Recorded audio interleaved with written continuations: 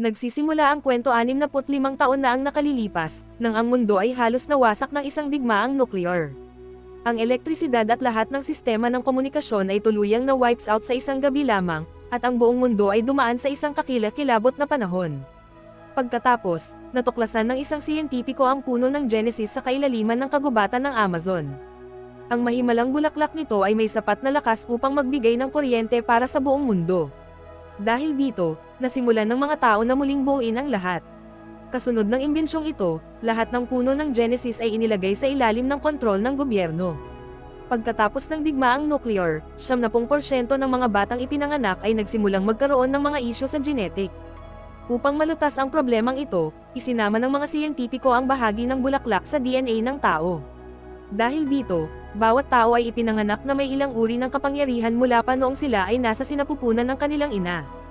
Ang ilan ay maaaring may napakalakas na pandinig habang ang iba ay may pambihirang paningin. Ang mga taong ipinanganak na may ganitong mga kapangyarihan ay tinatawag na genetics, at namumuhay sila na parang maharlika sa bagong mundong ito. Gayunpaman, humigit-kumulang 10% ng populasyon ay may bahagyang mas mahinang immune system at ang kanilang mga katawan ay ganap na tumanggi sa pagbubuhos ng bulaklak. Ang mga taong ito ay tinatawag na mga espesyal at binibigyan lamang sila ng mga gawain, tulad ng paglilinis at pagpapanatili. Samantala, sa Genesis Institute, makikita natin ang nagngangalang Chloe. Naroon siya at nagpapanggap bilang isang estudyante sa isang class trip at ang kanyang partner na gumagamit ng wheelchair, si Leon, ay naroon din bilang isang tagapaglinis. Nang abala ang lahat, gumamit si Leon ng isang aparato para buksan ang isang nakakandadong pinto at palihim na pumasok sa isang pribadong lugar. Nang tiningnan niya ang kanyang mapa, nakita niya ang dalawang gwardya na nakatayo sa malapit, kaya nagpadala siya ng isang maliit na mekanikal na laruan na daga. Hinabol ito ng mga gwardya at nang makuha nila ang laruan, naglabas ito ng sleeping gas, na agad silang bumagsak. Kinuha ni Leon ang kanilang mga susi, tumungo sa ventilation system, at nagkabit ng tangke ng gas, na nagpadala ng sleeping gas sa mga tubo para bumagsak ang mga siyentipiko. Nagsuot siya ng maskara at sinubukan pumasok sa lab, ngunit mali ang kanyang code. Tinawagan niya si Chloe at sinabihan itong kunin ang tamang code. Sa main lobby, narinig ni Chloe ang ilang mga batang lalaki na nagsasalita ng kalokohan tungkol sa mga espesyal, na sinasabing dapat silang patayin. Nagsimula ng argumento si Chloe sa kanila at nagsimulang maghiyawan ang ibang mga estudyante. Sumugod ang isang gwardya, at mabilis na kumilos si Chloe nang walang magawa, humingi ng tulong sa gwardya, at palihim na ninakaw ang kanyang notepad mula sa kanyang bulsa. Hinanap niya ang tamang code sa loob ng notepad at ipinadala ito kay Leon. Sa sandaling makuha niya ang code, mabilis na pumasok si Leon sa lab. Kinuha niya ang lumang relo ng kanyang ina, na may nakaukit na nakapagpapatibay na mga salitang, "We are all one, we are equal." Ito ang nagbigay sa kanya ng lakas ng loob na kailangan niya. Hinatak niya ang isang lever, bumukas ang makina, at sa loob ay ang puno ng Genesis. Kumuha siya ng isang lumang kagamitan at nagsimulang magbutas sa salamin na panangga, ngunit nang inaabot niya ang bulaklak upang pitasin, ang puno ay naglabas ng maraming tinik at biglang tumunog ang alarma. Nagawa pa rin ni Leon na ilagay ang bulaklak sa isang asol na kapsula. Isang anunsyo ang umalingaw-ngaw na naka-lockdown ang gusali at dapat agad na lumikas ang lahat. Gusto sanang hintayin ni Chloe si Leon, ngunit pinilit siyang lumabas ng mga gwardya kasama ang iba pang mga estudyante. Gayunpaman, nakatakas si Leon sa tamang oras. Sa labas, sinadyang banggain ni Leon si Chloe at naiwan nito ang kanyang teddy bear. Bago ibalik ang teddy bear, itinago niya ang kapsula sa loob nito. Nang tignan ng mga gwardya ang mga bulsa ni Leon, ang relo lang nito ang kanilang natagpuan. Kinutya nila ang nakasulat sa relo at tinawag na kakaiba si Leon. Isang lalaki ang maingat na sinusuri ang lahat ng mga estudyante, ngunit hindi niya naisip na tingnan ang loob ng teddy bear para sa bulaklak. Maya-maya pa, nanunood na ng balita sina Chloe at Leon sa isang malaking screen sa kalye. Tinatanong ni Senador Frank ang mga tao, bakit bago pa man ipanganak? Hindi ba natin magagamit ang bulaklak para pagandahin ang mga tao pagkatapos nilang ipanganak? Pagkatapos ay dumating ang sikat na mga awit na si Mira. Nag-anunsyo siya ng libreng paglilibot sa Special District, kung saan nakatira ang mga taong walang kuryente, upang hikayatin ang lahat na magkaisa. Pagkatapos magpalit ng damit, ipinaliwanag ni Leon kay Chloe na ang mga politiko at mga kilalang tao ay nagpalabas lang ng palabas. Wala silang pakialam sa mga taong tulad nila. Sa oras lang na ito, isang kawawang tao na tulad nila ang pisikal na itinulak palabas ng isang tindahan ng pagkain sa kalye. Pagkatapos ay nakita nila ang isang tagalinis na nagpupunas ng isang bagay sa bintana na may nakasulat na, "Death to the Genetics," na nangangahulugang hindi lahat ay masaya sa genetics. Samantala, binalaan si Mira ng kanyang manager na nagiging mapanganib na ang sitwasyon. Sinabi niya na ang Special District ay mapanganib na, at ang napakaraming tao ay nangangahulugan na dapat kanselahin ang sesyon ng autograph. Mariing hindi sumang-ayon si Mira, na sinasabing hindi makakamit ang pagkakaisa sa ganoong paraan. Iginiit niya na kailangan niyang harapin ang mga tao at ipadama sa kanila na konektado sila sa kanya. Tumanggi siyang kanselahin ang kaganapan. Habang pauwi sina Chloe at Leon, tiningnan ng mga gwardya ang kanilang mga ID sa gate ng Special District. Habang namimili si Leon, pinanood ni Chloe ang panayam kay Frank sa TV. Inaangkin ngayon ni Frank na nakabuo siya ng gamot na magbibigay daan sa 10% na walang kapangyarihan na maramdaman din ang lakas na iyon. Iminumungkahi na maaari silang gawin tulad ng iba. Natuwa si Chloe na marinig ito, ngunit agad na sinabi ni Leon na ito ay isang kasinungalingan. Bumalik sila sa kanilang tahanan, na isang maliit na pagawaan. Nagtatanim si Chloe ng mga halaman, at gumawa si Leon ng mga aparato. Kinukuha ni Leon ang mga bahagi ng mga bulaklak na may kapangyarihan, upang lumikha ng mga espesyal na prosthetics para sa mga may kapansanan, upang mamuhay sila ng normal. Nabubuhay sila sa mga bayad ng kliyente. Pagkatapos matapos ang isang trabaho sa kliyente, isang lalaki mula sa Genetic District ang tumawag, na nangangailangan ng pagkumpuni. Tumanggi si Chloe, sinabing hindi sila gumagawa ng mga house call at dapat pumunta ang kliyente sa shop. Ngunit nang marinig ni Leon na magbabayad ang lalaki ng triple sa karaniwang presyo, pumayag siyang pumunta. Natakot si Chloe dahil medyo ilegal ang gawaing ito. Tiniyak ni Leon sa kanya, sinasabing alam niya ang buong ruta, kung nasaan ang mga gwardya at kung saan wala. Sinabi niyang maaari siyang pumasok nang walang makakaalam. Nakarating sila sa isang mamahaling restaurant. Pinapasok sila ng kusinero sa pamamagitan ng pinto sa likod. Ang kusinero ay isa ring espesyal at gumagamit ng mechanical suit para tulungan siyang maglakad, sa kabila ng kanyang kapansanan. Nang biglang isang gang na tinatawag na anti-genetics ang pumasok sa pangunahing pinto at pinutol ang kuryente. Tinapos ni Leon ang pag-aayos ng suit. Sinabi ng kusinero na susuriin niya ang kuryente at kukunin ang kanilang pera. Sinimulan ng gang na sirain ang restaurant at patayin ang mga taong may espesyal na kapangyarihan. Sa loob ng ilang minuto, nabasag ang mga mesa at maraming bangkay ang nagkalat sa sahig. Nagsimulang magsulat ang pinuno ng gang ng isang bagay sa dingding. Nang oras ding yon, bumalik ang kusinero sa kusina, na puno ng dugo. Sa kanyang huling paghinga, sinabi niya kina Chloe at Leon kung ano ang nangyayari sa labas bago siya namatay. Sinubukan ni Chloe at Leon na tumakas, ngunit nakakandado ang pinto sa likod. Kailangan nilang mag-isip ng isang matalinong paraan upang makalabas. Sinabihan ni Leon si Chloe na tulungan siyang isuot ang mechanical suit ng kusinero. Pagkalipas ng ilang minuto, 2 miyembro ng gang ang pumasok sa kusina. Nakita lamang nila ang patay na kusinero dahil nakatago sina Chloe at Leon. Nag-usap sila habang nagsusulat sa dingding, binabanggit ang isang maliit na palabas at isang malaking operasyon kinabukasan. Sinubukan ng isang gun na magmungkahi ng isang ideya, ngunit pinagbantaan siya ng amo gamit ang kutsilyo, binalaan siyang huwag baguhin ang plano. Nabitawan ng isang lalaki ang isang piraso ng papel at kinuha ito ni Chloe. Nang marinig ang sirena ng pulisya, umalis ang mga guns. Biglang nagkamali ang suit ni Leon. Itinayo siya ng suit at hinihagis siya sa counter. Nang bumalik ang 2 lalaki, nilabanan sila ni Leon gamit ang mga kaldero at mainit na tubig. Habang nakikipaglaban, natanggal ang maskara ng amo, na nagpakita ng kanyang mukha. Idiniin ng mga gun si Leon sa counter, ngunit tumalon si Chloe para iligtas siya. Binato ni Leon ng harina ang mga sumalakay at mabilis na nagplanong tumakas. Nagsimula siyang tumakbo patungo sa labasan kasama si Chloe. Gamit ang kapangyarihan ng suit, binasag ni Leon ang pinto at lumabas silang dalawa. Sa labas, nahirapan si Leon na maglakad ng suot ang suit. Tinulungan siya ni Chloe at inalalayan sa isang eskinita. Dumaan ang mga sasakyan ng pulis ngunit hindi sila nito nakita. Nalaman ni Chloe na nabasag ang binti ng suit, kaya tinulungan niya si Leon pauwi. Kinabukasan, tinalakay ng mga reporter ang buong kaso at isang larawan mula sa mga security camera ang nagpakita kina Leon at Chloe. Nagsimulang magkalat ng chismis ang media na maaaring bahagi sila ng gang, kinuha ang lahat ng kanilang impormasyon upang ipadala sa pulisya. Sinabi ni Captain Hodges ng Special Forces na ang Unpowered People's Area ay naging pugad ng krimen, at malapit na nilang salakayin ang Special District. Natakot sina Leon at Chloe dahil nakilala nila si Hodges.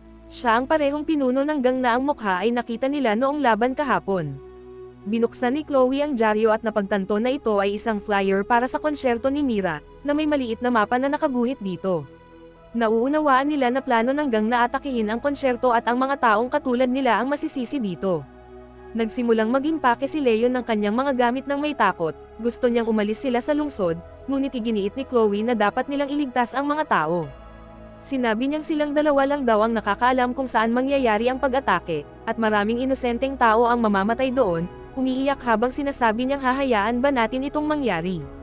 Galit na tugon ni Leon, tinanong kung ano ang maaaring magawa ng isang lumpong lalaking hindi gumagana ang ibabang bahagi ng katawan, at ng isang 12 taong gulang na batang babae. Nang marinig ito, humagulgol ng iyak si Chloe. Tinawag niya itong makasarili at tumakbo palayo. Isang flashback ang nagpapakita ng isang batang Leon na palihim na pumapasok sa opisina ng kanyang ama, para tingnan ang kanyang file. Natuklasan niyang siya ay isang espesyal. Nang malaman ng kanyang ama na espesyal ang kanyang anak, ikinulong niya ito roon. Naalala ang lahat ng ito at tiningnan ang relo ng kanyang ina, nagpasya si Leon na kailangan niyang gumawa ng isang bagay. Pagkalipas ng ilang oras, bumalik si Chloe at nakita si Leon na inaayos ang suit. Tinulungan niya itong isuot, ginalaw ni Leon ang kanyang mga braso at binti, sinabing huhulihin niya si Hodges, at pipilitin itong aminin ang kanyang mga krimen. Gumamit si Leon ng mga scrap para gumawa ng mga armas para sa kanyang sarili at ipinakita ang kanyang lakas sa pamamagitan ng pagbaluktot ng bakal. Napansin ni Chloe ang ilang espesyal na alambre sa loob ng suit, at mabilis na tumakbo upang maghalo ng kemikal para paganain ang mga armas ng suit. Sa sandaling iyon, nagtatanghal si Mira ng isang konsyerto sa espesyal na distrito. Nagkakagulo ang mga tao, itinutulak ang mga bakod, at halos hindi sila napigilan ng security. Pagkatapos ng konsyerto, habang pasakay na si Mira sa bus, pinatay ng mga gwardya ang kanyang security detail at ang kanyang manager. Dumating ang mga rebelde sakay ng isang truck at nagsimulang magsulat ng kanilang mensahe sa mga dingding, pinagbantaan ni Hodges si Mira, sinabihan siyang sumama sa kanila ng tahimik. Sa sandaling iyon, dumating si Leon, suot ang kanyang maskara at suit. What the hell? Who is this clown?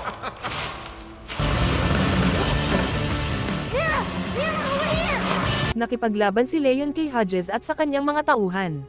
Noong una ay nagpakawala si Leon ng magagandang suntok, ngunit pagkatapos ay pinalibutan siya ng buong gang at napabagsak siya. Ibinangga ni Chloe ang kanyang sasakyan sa isa sa mga lalaki, sinamantala ni Leon ang pagkakataong makapasok sa kotse, ngunit sumisigaw si Mira. Walang oras para magpaliwanag, kaya mabilis na umalis si Chloe, dinala ang lahat sa ligtas na lugar. Mabilis silang nakauwi at nilock ang mga pinto. Sa labas, hinahanap sila ng mga miyembro ng gang. Sa TV, sinabi ng mga reporter na muntik nang dukutin si Mira, ngunit nailigtas ng isang hindi kilalang bayani. Nang nakita ni Mira na nasugatan si Leon, mabilis niyang nilinis at binendehan ang mga sugat nito, binanggit na orihinal na gusto niyang maging doktor. Gumuhit si Chloe ng larawan ni Leon bilang isang bayani ng bulaklak, na kinasusuklaman ni Leon, ngunit sinabi ni Mira na gusto niya ito. Sinabi ni Leon kay Mira ang totoo tungkol kay Hodges. Sinabi ni Mira na kailangan niyang umuwi sa lalong madaling panahon, dahil may kaganapan siya kasama si Frank sa family center bukas. Hinala ni Leon na ang susunod na target ni Frank ay ang anti-genetics gang, dahil inatake nila si Mira ngayon. Ang gang na ito ay tutol sa anumang genetic enhancement pagkatapos ng kapanganakan, naniniwalang dapat manatili ang mga tao kung paano sila ipinanganak. Gusto ni Mira na bigyan babala ang pulisya, ngunit pinigilan siya ni Leon, ipinaalala sa kanya na si Hodges ay isang commander ng pulisya, kaya't napagpasyahan nilang gumawa ng bagong plano. Kinabukasan, pumunta sina Mira at Leon sa Family Planning Center. Nagkunwari silang bagong kasal na nagpaplanong magkaanak. Dahil sikat si Mira, sinabi niya sa doktor na hindi pa niya ipinaalam ang kanyang asawa sa media para protektahan ang pamilya nito. Nakumbinsi ni Leon ang doktor na e-tour sila sa pasilidad. Habang naglilibot, biglang ninakaw ni Leon ang isang susi. Pagkatapos ay ginulo niya ang atensyon ng mga staff sa pagsasabing magtatanghal si Mira para sa lahat, na siyang nagtipon sa kanila sa isang silid. Nang biglang sumulpat ang anti-genetics gang, hinarap sila ni Leon sa lobby. Nang talunin siya ng mga goons, naghagi si Leon ng mga gas bomb na tumunaw sa kanilang mga maskara. Magaling lumaban si Leon noong una, ngunit napakarami nila. Napabagsak nila siya at sinimulang bugbugin. Hinubad ni Hodges ang kanyang maskara at paulit-ulit siyang sinuntok sa mukha. Dumating ang security team ni Frank, at tumakas ang mga goons. Isiniwalat ni Mira na tinawagan niya si Frank dahil alam niyang di kayang talunin ni Leon ang maraming miyembro ng gang ng mag-isa. Tinanong ni Leon kung bakit hindi sinundan ng mga gwardya ang mga goons. Sumagot si Frank, mas mahalaga ka sa amin kaysa sa kanila. Nabunyag na si Frank pala ang ama ni Leon. Labis na nagulat si Chloe nang marinig ito, napagtanto niyang nagsinungaling pala si Leon sa kanya sa lahat ng oras, sinasabing patay na ang kanyang ama. Sa galit, tumakbo siya palayo. Nang sumugod ang mga reporter, agad na nagpalit ng estilo si Frank bilang politiko. Sinabi niya na ang kanyang anak ang patunay na ang agwat sa pagitan ng genetics at ng mga taong walang kapangyarihan ay naging napakalaki na. Hinimok niya ang mga tao na bumoto ng maingat bukas. Pagkalipas ng isang linggo, inanunsyo na ang proyekto ni Frank ay inaprubahan ng halos lahat. Maraming bus ang dumating sa Special District, na sinakyan ng lahat ng mahihirap. Dinala ang mga tao sa isang medical camp sa labas ng lungsod para sa paggagamot. Sinisiguro ni Frank na pagkatapos ng paggamot na ito, wala na silang anumang mga depekto. Sinabi niya na ang kanilang tirahan, ang espesyal na distrito, ay bubuksan at lahat ay malayang mamumuhay ng magkakasama. Sa medical center, tinanong ni Leon kung nasaan si Chloe, ngunit sinabi ni Frank na hindi nila siya mahanap. Nang banggitin ni Leon ang pangalan ni Hodges, binago ni Frank ang usapan. Sinabi niyang huwag kang mag-alala tungkol dito, dahil ang gusto ko ay gumaling ka. Pinaalala sa kanya ni Leon, noong sinubukan mong gamutin ang aking ina, namatay siya. Humingi ng tawad si Frank at inamin na nagkamali siya, sinabi niya na nag-iwan din ang kanyang ina ng isang liham. Ipinaliwanag niya na natakot siyang ibigay ito kay Leon bago siya umalis ng bahay. Nang binuksan ni Leon ang liham, sumulat ang kanyang ina na humihingi siya ng paumanhin na kinailangan niyang iwan sila. Gusto niyang maging isang mabuting tao si Leon, ngunit natatakot siyang lumunin siya ng galit nito. Pinayuhan niya siyang matutong magpatawad ng mga tao, dahil walang sino man ang mananatili sa iyo hanggang sa huli. Nalungkot si Leon at hinahanap-hanap ang kanyang ina. Dumating si Mira at dinala si Leon sa labas para sa sariwang hangin. Habang naglalakad, nakita ni Leon si Chloe at humingi ito ng tawad sa kanya. Ipinaliwanag ni Leon na naniniwala siyang si Frank ang nag-organisa ng lahat ng pag-atake, para lang maaprubahan ang kanyang proyekto, ngunit kailangan nilang makahanap ng konkretong ebidensya bago nila siya mapigilan. Nakakuha ng ideya si Chloe at hiniram ang kamera ng isang lalaking may prosthetic eye. Pagkatapos ay inanunsyo ng mga doktor ang susunod na pasyente. Sa lab, palihim na pumasok si Chloe sa ventilation at nagsimulang mag-record. Nakita nitong nag-uusap sina Hodges at Frank. Kinumpirma ng kanilang pag-uusap na nagtulungan sila upang planuin ang lahat. Habang pinapakalma ang ilang mga pasyente, ipinaliwanag ni Frank ang kanyang plano na kumuha ng isang partikular na gene mula sa utak ng espesyal at iturok ito sa mga may kapangyarihan na tinatawag itong susunod na ebolusyon ng sangkatauhan. Sinabi niya na gagawin nitong mas mahusay ang genetics at panatilihin silang bata magpakailanman, anuman ang kanilang edad.